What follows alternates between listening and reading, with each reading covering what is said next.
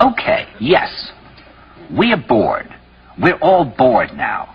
But has it ever occurred to you, Wally, that the process that creates this boredom that we see in the world now may very well be a self-perpetuating, unconscious form of brainwashing created by a world totalitarian government based on money, and that all of this is much more dangerous than one thinks? And it's not just a question of individual survival, Wally, but that somebody who's bored is asleep, and somebody who's asleep will not say no?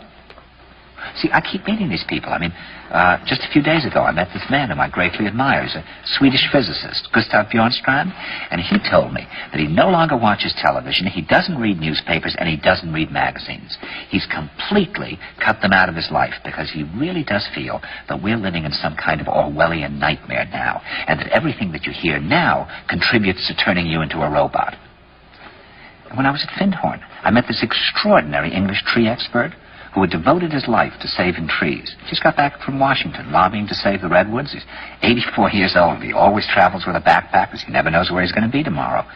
And when I met him at Findhorn, he said to me, "Where are you from?" And I said, "New York." He said, "New York, yes, that's a very interesting place. Do you know a lot of New Yorkers who keep talking about the fact that they want to leave but never do?" And I said, "Oh, yes." And he said, "Why do you think they don't leave?" I gave him different banal theories. He said, "Oh, I don't think it's that way at all."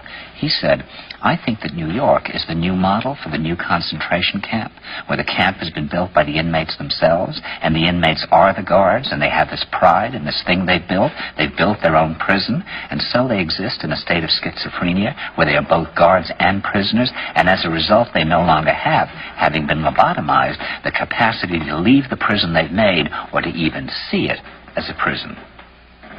And then he went into his pocket and he took out a seed for a tree and he said, "This is a pine tree." He put it in my hand and he said, "Escape before it's too late." See, actually for 2 or 3 years now, Chiquita and I have had this very unpleasant feeling that we really should get out. And we really should feel like Jews in Germany in the late 30s. Get out of here. Of course, the problem is where to go, because it seems quite obvious that the whole world is going in the same direction. See, I think it's quite possible that the 1960s represented the last burst of the human being before he was extinguished, and that this is the beginning of the rest of the future now, that from now on there'll simply be all these robots walking around, feeling nothing, thinking nothing, and there'll be nobody left almost to remind them that there once was a species called a human being, with feelings and thoughts, and that history and memory are right now being erased, and soon nobody will really remember that life existed on the planet.